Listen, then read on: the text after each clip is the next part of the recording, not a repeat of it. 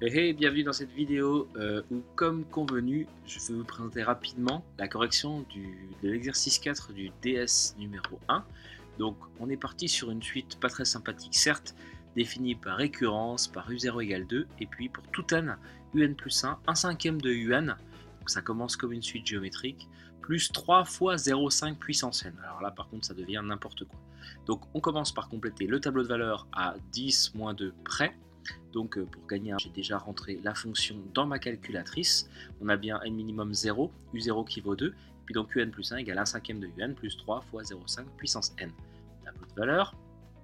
Et donc u0, ok, ça vaut 2. u1, ça vaut 3, 4. 2, 18 pour la suite. 3, 4, valeur exacte, 2, 18. Ensuite, arrondi à 10 moins 2, toujours 1,18 avec un 6, ça fait 1,19. Et puis là, 0,61. 1,19 et 0,61. Dernière question, pas de souci. On va lire une conjecture concernant le sens de variation. Alors, oui, c'est décroissant. Mais en revanche, il faut préciser à partir de quand. On voit que ça part de 2, ça monte à 3, 4. Et après, ça descend. Juste pour info, si je reprends la calculatrice et que cette fois-ci je fais le graphique, voilà, on voit que ça monte et après ça descend seulement. Donc c'est décroissant à partir du rang 1. UN semble décroissante du rang 1. Donc ça c'était pour tout ce qui est conjecture, remplissage de tableau. Alors déjà, il y a l'histoire du rang, il faut vraiment que vous soyez vigilant à ce niveau-là. Donc on va le remontrer. Démontrons par récurrence dans un premier temps une relation. Alors première chose à voir, cette relation, elle est valable a priori pour tout n non nul. Donc on va initialiser. Et ben, 1. Donc, je commence à poser la rédaction. Donc propriété Pn pour tout n appartenant à n étoile. Pn c'est un supérieur ou égal à 15 quarts fois 0,5 puissance n. Et ben, montrons que ça c'est vrai pour tout n.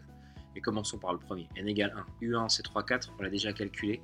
Or, si vous faites 15 quarts fois 0,5 puissance 1, ça fait 15 quarts fois 0,5, c'est-à-dire fois 1,5, c'est-à-dire 15 huitièmes, 1,875. L'ordre est bien respecté, donc P1 est vrai, pas de problème. Maintenant l'hérédité, on suppose qu'il existe un rang K supérieur ou égal à 1, il faut qu'il y ait cohérence à ce niveau-là, tel que PK soit vrai. Donc on écrit PK supérieur ou égal à 15 quarts fois 0,5 puissance K, vous le savez, ça c'est ce qu'on appelle l'hypothèse de récurrence. On va essayer de montrer que UK plus 1, c'est supérieur ou égal à 15 quarts fois 0,5 puissance K plus 1. Commençons par écrire ce que c'est que UK plus 1. C'est quoi UK plus 1 en fait? On a quand même une relation ici. Je peux peut-être partir de cette hypothèse de récurrence. Et donc pour construire UK plus 1, je vais multiplier ce UK par 1 cinquième et puis lui rajouter 3 fois 0,5 puissance K justement. Donc je pars de là, en espérant que j'ai celui-ci puisque j'ai déjà posé la conclusion pour gagner un peu de temps. Ça c'est l'hypothèse de récurrence. Je multiplie par 1 cinquième de chaque côté. 1 cinquième est positif, donc en fait je me retrouve avec 1 cinquième fois 15 quarts fois 0,5 puissance 15, c'est 5 fois 3, il y a du 5 en bas, donc en fait on se retrouve avec 3 quarts déjà. 3 quarts puissance K. L'hypothèse est dès le départ. Et donc qu'est-ce que je fais à ça pour avoir UK plus 1? Je rajoute cette chose-là. Je rajoute 3K supérieur ou égal, puisque je rajoute quelque chose. 3 quarts fois 0,5 puissance K plus 3 fois 0,5 puissance K. Et donc au bout, j'ai du 0,5 puissance 3 quarts plus 3. 3 quarts plus 3 au passage, 3 sur 1. C'est pareil que 12 quarts. 12 quarts plus 3 quarts, ça fait 15 quarts. Je me retrouve avec 15 quarts. Et là, beaucoup de gens se sont arrêtés parce qu'on veut. Je ne l'ai pas écrit au crayon de papier ici. J'aurais pu. J'ai juste dit oralement et je le répéterai. C'est U indice K plus 1 supérieur ou égal à 15 quarts fois 0 K plus 1. Ce n'est pas ce que j'ai ici. Moi, j'aimerais avoir K plus 1. Donc, est-ce que 0,5 puissance K, c'est bien plus grand que 0 plus 1? Je vais terminer ici.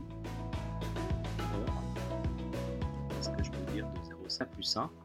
Ben, en fait, 0,5 puissance K puissance K, que je multiplie par 0,5. Ça revient à diviser par 2, en fait, multiplié par 0,5, multiplié par 1,5.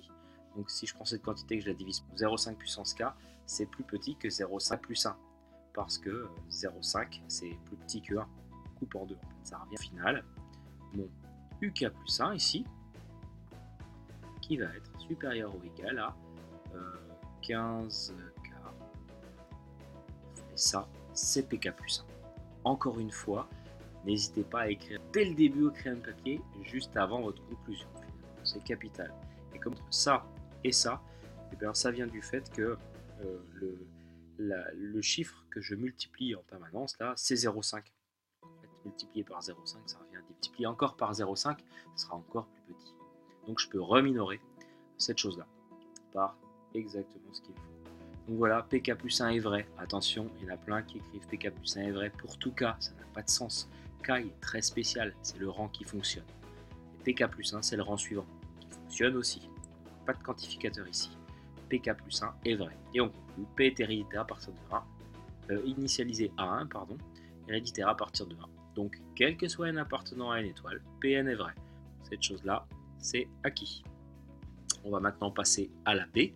On va montrer, toujours pareil, que pour tout n non nul, eh bien, un plus 1 moins un, c'est égal à cette quantité. C'est parti.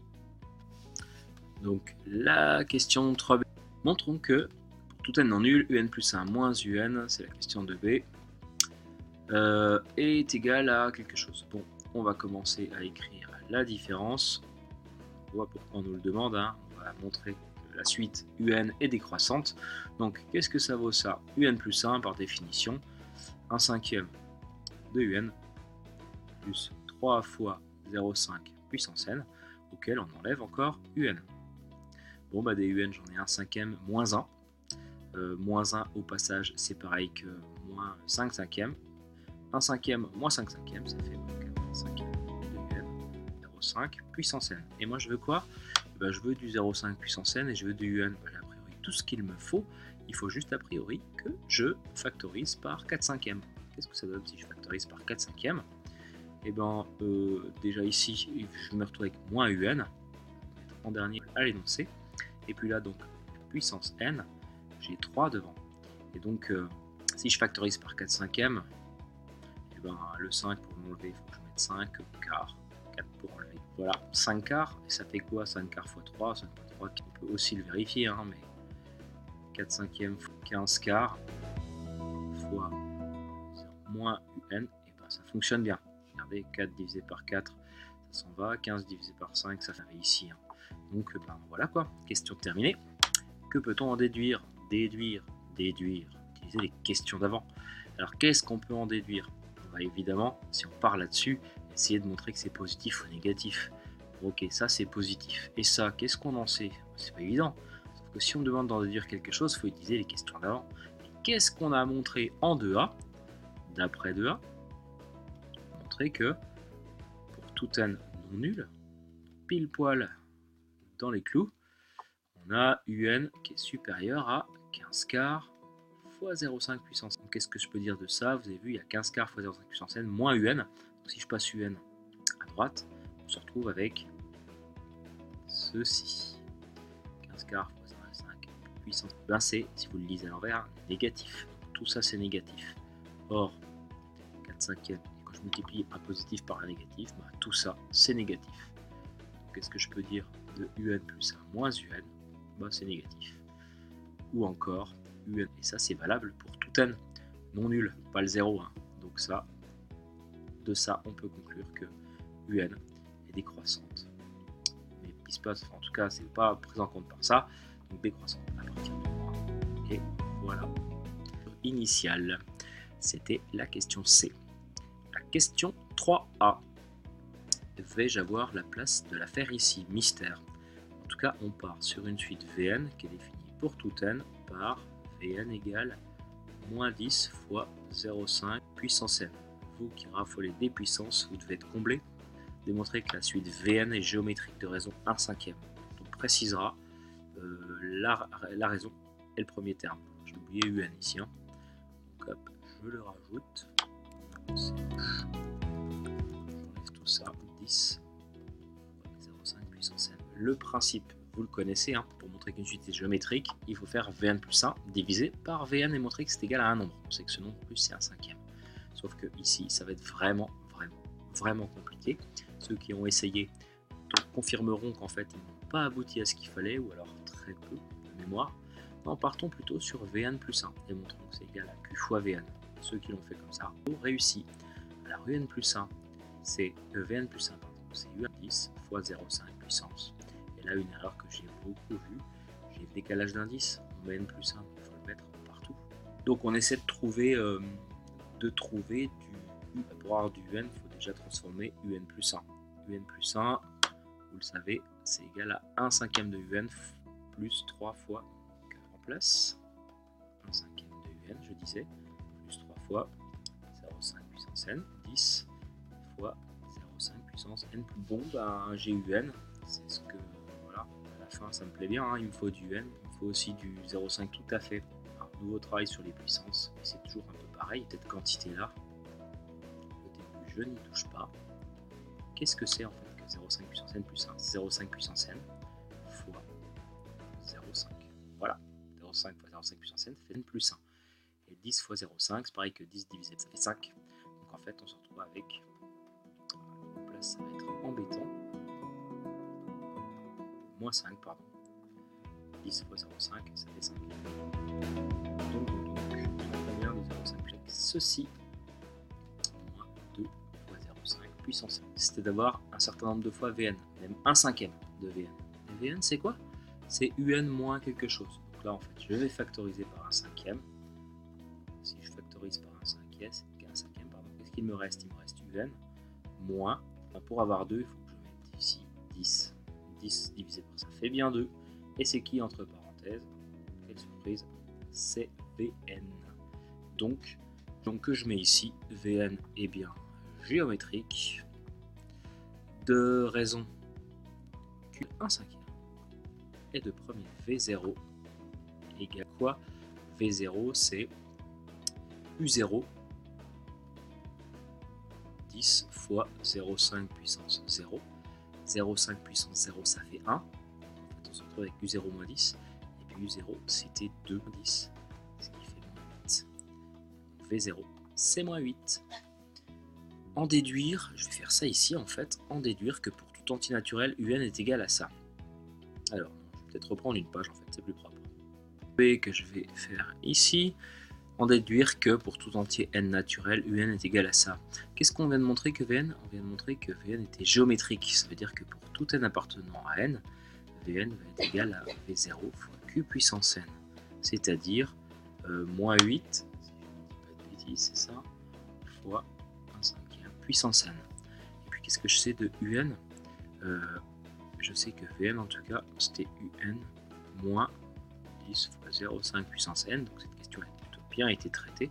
Ça veut dire que Un va être égal à Vn plus 10 fois 0,5 puissance n, quel que soit n appartenant à n.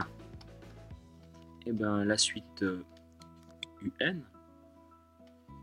va être moins 8 fois 1 cinquième puissance n plus 10 fois puissance n. Donc encore une fois, on arrive à avoir la formule explicite d'une suite qui n'est ni géométrique ni arithmétique, qui est vraiment assez particulière. Dernière question. Complétez les lignes 1, 2 et 3 de l'algorithme en Python ci-dessous afin qu'il affiche la plus petite valeur de n telle que Un soit plus petite que 0,01. En fait, vous avez remarqué que la suite est décroissante, donc il y a forcément un moment, en fait, si on avait pu étudier la limite, on aurait vu que cette limite c'était 0. Et on se demande à partir de quel n, est-ce que c'est le 500e, le 2 millième, à partir de quand on passe le seuil de 0,1. Donc en fait, dans votre algorithme, on vous dit qu'au début n c'est 0, sans doute, et on vous dit que le premier u qu'on a c'est 2. Normal, hein, u0 c'est 2. While, ça veut dire tant que. Alors, qu'est-ce qu'on va faire comme calcul? Eh bien, en fait, on veut déjà donner la valeur de u, c'est la suite un, et puis n, c'est le rang. Hein. Print, ça veut dire afficher, donc afficher n, c'est-à-dire afficher le dernier rang qui va fonctionner. Donc en fait, on va faire marcher, on va lui faire calculer à cet algorithme u0, on va lui donner, hein, d'accord, mais on va lui faire calculer u1, u2, u4, u5, etc. Pour ça, il faut lui donner la formule. Donc qu'est-ce qu'on va mettre dans u? On va naturellement mettre, écrit ici, hein, un plus 1, c'est égal à 1 cinquième de un plus 3 fois 0,5 puissance n. Donc là, qu'est-ce qu'on va lui faire calculer? Et ben, le nouveau U, ça va être quoi? Ça va être 1/5 de l'ancien U, on met les mêmes lettres, hein, plus 3 fois 0,5 puissance n. C'est ça qu'on va mettre ici. 1/5 de U plus 3,5 puissance n. Donc ça, c'est la deuxième étape. Pourquoi il y a un n ici? Ben parce qu'en fait, il faut bien lui dire de continuer. Donc à la place de n, on va mettre n plus 1. Donc n devient n plus 1. Et puis donc ça, on le fait jusqu'à quand? Et bien jusqu'à ce que un soit plus petit que 0,01. Mais du coup, on fait ça pendant quelle étape? Et bien on le fait tant que est supérieur strictement à 0,01. Tant que U est supérieur à 0,01, on continue. Donc là, U0, c'est 2. On est d'accord. Est-ce que U est plus grand que 0,01? Bien sûr, U c'est 2. Donc on lui demande 1/5 de 2 plus 3 fois 0,5 puissance 0. Ça nous fait le nombre qui était là et que je n'ai plus. Ça doit être 3,4 je crois. Voilà, ça nous fait 3,4. Très bien. À la place de 0, je vais mettre 0 plus 1, c'est-à-dire 1, et on boucle. Est-ce que U est plus grand que 0,01? Bien sûr, toujours. C'est 3,4. Je calcule le nouveau terme. Et je fais 1/5 fois 3,04 plus 3 fois 0,5 puissance 1. Et je trouve 2,18. Ce que je fais, à la place de 1, je mets 1 plus 1, 2. Je passe au rang 2. Est-ce que U est supérieur à 0,01? Encore. Il baisse, mais il est encore supérieur. Donc 2, je continue et je calcule en gros U3. U3, ça fait 1,19. Je passe de 3 à 4. Est-ce que le nouveau U est plus grand que ça? Oui, toujours 1,19 c'est plus grand, on continue, etc. etc. J'arrive à 0,61. Est-ce que 0,61 est plus grand? Toujours. Mais à un moment donné, on peut imaginer que le U qu'on trouve soit plus petit.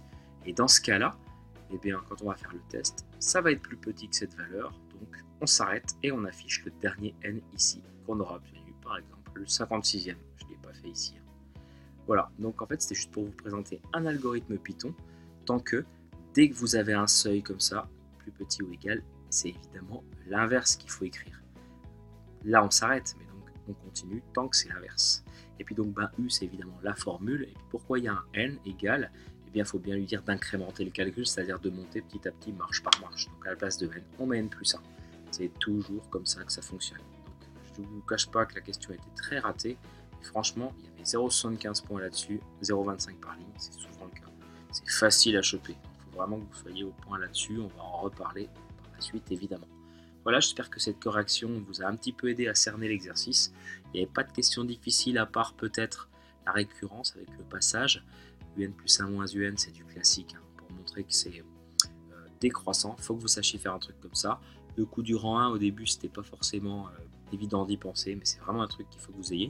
Et puis la suite géométrique, c'est classique, pareil, la suite aussi. Donc il n'y a pas vraiment de raison de craindre particulièrement cet exercice. Hein. C'est vraiment quelque chose que vous devez maîtriser à terme. N'hésitez pas à en reparler ou à me mettre des commentaires. Et puis à bientôt pour la suite, car le voyage continue.